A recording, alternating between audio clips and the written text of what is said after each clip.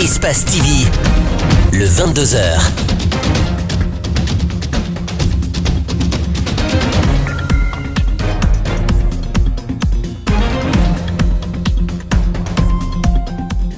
Il est 22h à Conakry. Bonsoir à tous et bienvenue à ce journal. Voici tout d'abord les titres de l'actualité de ce vendredi. Les ministres continuent de défiler devant les députés pour défendre leur budget. Ce vendredi, le ministre de la Sécurité et celui de la Communication ont défendu leur projet de budget. Mais vous allez voir, les conditions de travail des députés et le manque de sérénité dans l'exercice de leurs fonctions posent bien des problèmes.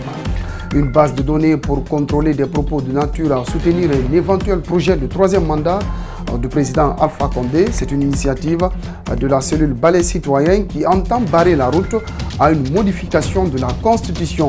Enfin, en France, le ministre de l'Intérieur, Christophe Castaner, défend les interpellations controversées jeudi de 151 personnes près d'un lycée de Mantes-la-Jolie, assurant qu'elles intervenaient après de véritables violences urbaines.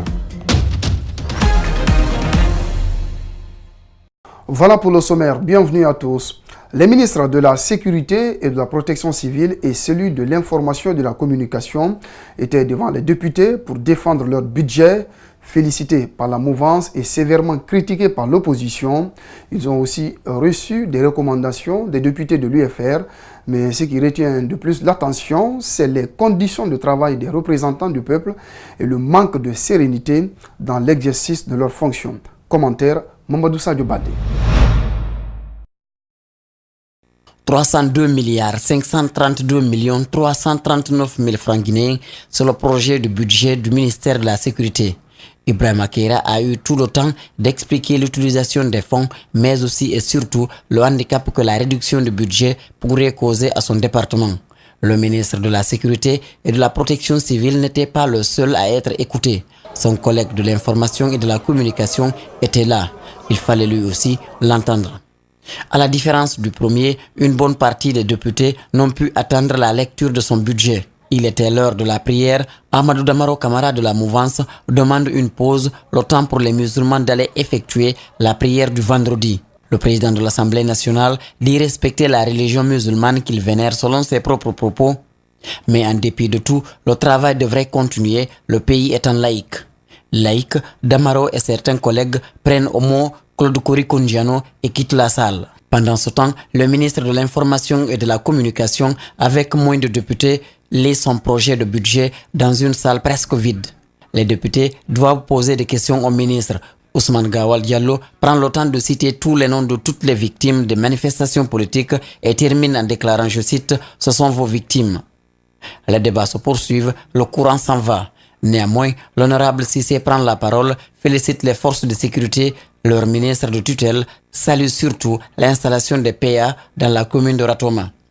Cheikh Touré, député en même temps syndicat des travailleurs du port, encourage les réformes en cours au sein des services de sécurité, mais regrette les morts des militants de l'UFDG selon ses propres propos. Les tombes qu'il a visitées au cimetière de Bambeto ressemblent à ses yeux à un génocide.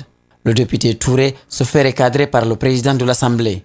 Claude Korikondiano l'interdit de prononcer des phrases qui pourraient inciter à la violence et à l'ethnocentrisme.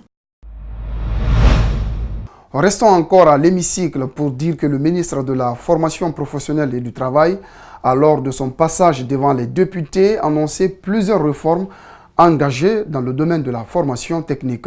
On l'écoute au micro de Makiso et Ibrahim Assouma. Le projet de loi de finances initiale 2019 du ministère de l'Enseignement technique, de la formation professionnelle, de l'emploi et du travail se chiffre à 211 milliards 108 millions 502 000 francs guinéens contre 215 milliards 750 millions 489 000 francs guinéens. Selon la RFR 2019, avec une diminution de 4 milliards 640 millions 987 000 francs guinéens, soit 2,15%. Et ce projet de loi de finances 2019, soumis à votre examen et appréciation, prend en compte l'ensemble des activités au niveau central et déconcentré du ministère. Il est constitué de 41,38% des dépenses du personnel, 6,75% des dépenses de biens et de services, 12,59% des dépenses de transfert et 38,23% des dépenses d'investissement. Dépenses de personnel. La prévision de la masse salariale de 2019 sur la base du mois de juillet 2018 projetée au 31 décembre se chiffre à un montant de 87 364 509 000 francs guinéens, soit 41,38%. Dépenses de biens et services. Le budget de fonctionnement du ministère pour l'exercice 2019 est estimé à 14 267 73 000 francs guinéens contre un montant de 14 344 215 000 francs guinéens. Dépenses de transfert.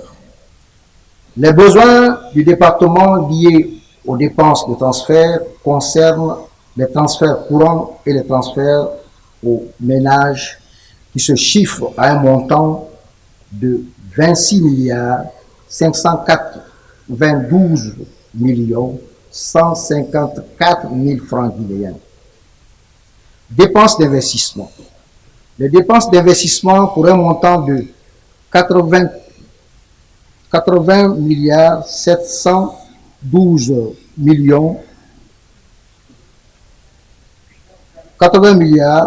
712 855 000 sont essentiellement destinés à la réhabilitation des centres de formation. Après donc le passage de quelques ministres, les réactions sur leur projet de budget restent partagées selon les bords politiques que compose le Parlement. Suivez ces quelques réactions des propos recueillis par Macky Sall et Ibrahima Souma.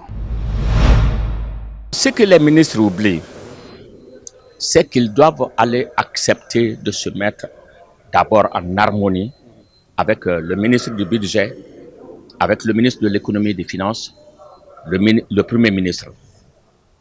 Et si les gens, celui qui vient passe devant nous pour dire diminution par-ci, augmentation par-là, je ne suis pas informé de ceci, je ne suis pas informé de cela. Nous, les députés, quand le budget nous arrive ici, nous les examinons, mais nous n'avons pas la capacité de modifier les programmations budgétaires qui ont été déjà faites par le gouvernement. Nous ne pouvons pas. Écoutez, Komara est un militant du RPG Arc-en-Ciel. Il est devenu ministre de l'enseignement technique. Ce que je lui demande, c'est de démissionner purement et simplement du Conseil économique et social. Il faut qu'il démissionne de ce poste-là. Mais je pense que c'est un bon cadre. Et on l'a vu, on l'a écouté. Et je sais qu'il maîtrise un peu son sujet. En tout cas, je lui souhaite bonne chance. Il fera mieux de s'occuper de son ministère que de continuer à aller faire la mamaya. Le temps qu'il passe au siège du RPG, s'il consacre ça à son ministère, ça ira mieux.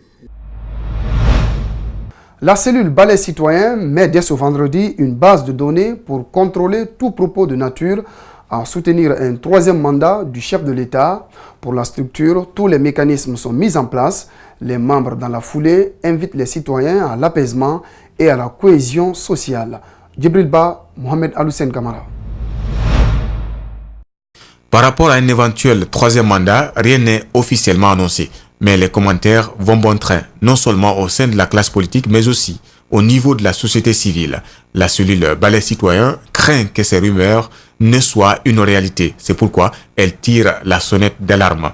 Retenons-nous de souffler les braises de la violence et de l'instabilité avec un finesse troisième mandat qui est une démarche anticonstitutionnelle et qui viole la Constitution. Sékou Koundouno met donc en garde tout citoyen ou commis de l'État qui œuvrera pour, dit-il, violer l'ordre constitutionnel dans le but d'arriver à un troisième mandat. Mise en place et opérationnalisation de la base de données des sirènes révisionnistes en rapport avec les juridictions et institutions internationales.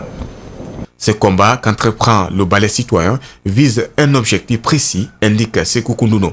C'est comment consolider la jeune démocratie guinéenne.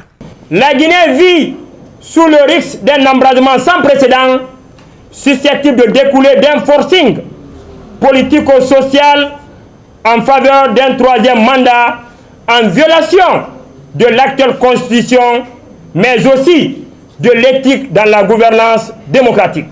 Aimer la Guinée, c'est refuser tout compromis politique, toute complicité en faveur d'un quelconque troisième mandat, prône la cellule ballet citoyen.